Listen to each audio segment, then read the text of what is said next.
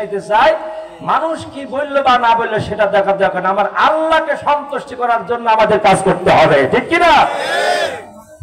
আমার ভাইয়েরা, এটা হলো 1 নম্বর শিক্ষা।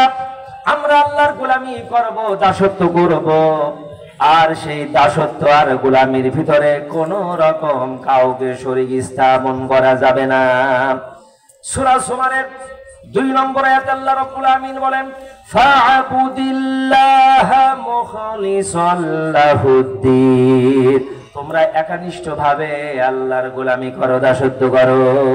এই আয়াতের তাফসীরে মারিফুল কোরআনের ভিতরে লেখা আছে, নবীজির কাছে এক সাহাবী এসে বলল, হুজুর, আমি যখন আল্লাহর রাস্তায় কিছু দান করি, আল্লাহর সন্তুষ্টি আমার মনের ভিতরে থাকে, কিন্তু হুজুর সেই সময় আমার মনের ভিতরে আবার এইরকম হয়, আমি যে দান করলাম মানুষ একটু আমার প্রশংসা করুক।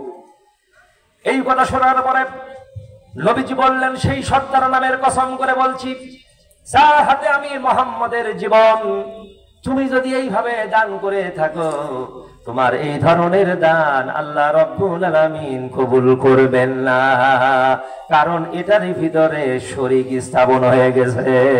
কথা বলে ঠিক না বেঠিক?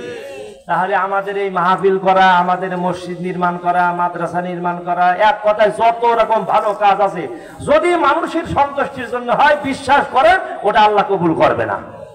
তাহলে আজকে থেকে আমাদের নিয়ত শুদ্ধ করতে হবে, আমার জীবনে যা কিছু আমরা করবো একমাত্র কেবলমাত্র শুধুমাত্র খুশি করব কাকে?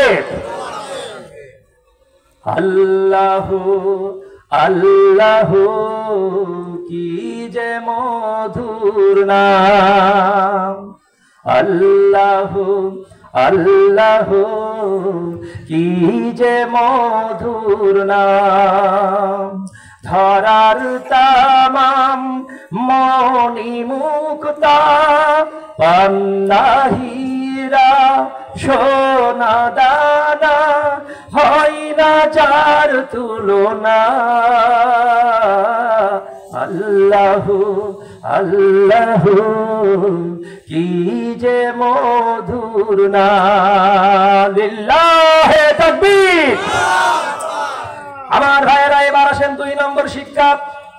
1 নম্বর শিক্ষা আমরা জানলাম, যা কিছু করব সবটাই হবে আল্লাহর সন্তুষ্টির জন্য।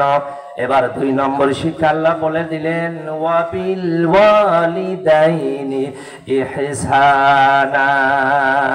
এই বাবুরা, ওখানে বসা যায়, গাছ করে বসো না। আল্লাহ রাব্বুল আমিন বলেন, 2 নম্বর শিক্ষা হলো, এবং তোমরা পিতা মাতার সাথে সদ্ব্যবহার করবে। পিতা মাতা বড় সম্পদ, যারা এটা হারিয়েছে তারাই বোঝে কি সম্পদ হারিয়েছি, ঠিক কিনা বলেন? আমার এক ভাই বলল, আমার রুমে থাকার সময় হুজুর একটু পিতা মাতার ব্যাপারে ওয়াজ করবেন। আইজি, কেন ভাই? বলছে, ছেলেরা বিয়ের পরে বউকে নিয়ে ভুলে যায়, আমাদের কথা মনে করে না। এটা তো কমন সমস্যা। আমি বললাম, ভাই আমাদের পিতা যারা, আমি তো পিতা, আমার 2 ভাই সন্তান আল্লাহ দিয়েছে, আমাদের কিছু ভুল আছে। সন্তান কেন বউ পেয়ে আমাদের ভুলে যাবে? আমাদের শুরুতে কিছু ভুল আছে। সেই ভুলটা কি? সন্তানের পিতার প্রতি সন্তানের আগে হক না, আগে সন্তানের প্রতি পিতার হক। সন্তান তো বিয়ে করলো 20 বছর পরে গিয়ে, এর আগে আমার কিছু দায়িত্ব আছে সন্তানের প্রতি, সেই জায়গায় আমাদের একটু অবহেলা হয়ে যাচ্ছে। সেইটা কি? আমার সন্তানের বয়স যখন 7 দিন হয়, পিতা হিসাবে আমার দায়িত্ব 7 দিনে সন্তানের একটা ইসলামী নাম রাখা। নাম রাখিছি জন্টু, লালটু। তা কি হবে? এটা ইসলামী নামের একটা প্রভাব আছে। একটা ইসলামী নাম রাখেন, তারপরে তার আকিকা করবেন, সুন্দর নাম রাখবেন, আকিকা করবেন। এইবারে সন্তান তিলে তিলে বড় হয়। সন্তান যখন লেখাপড়ার বয়সে উপনীত হয়ে যায়, ওই সন্তানের সর্বপ্রথম কোরআনের জ্ঞান শিক্ষা দিবে। কোরআনের জ্ঞান শেখা হয়ে গেল, জাগতিক জ্ঞান শিখাবেন, স্কুল কলেজ বিশ্ববিদ্যালয়ে পড়াবেন, কোনো সমস্যা নাই। লেখাপড়া যখন শেষ হয়ে গেল, এবার একটা ধার্মিক পর্দাশীলা দিনদারি মেয়ের সাথে বিয়ের ব্যবস্থা করে দিবে।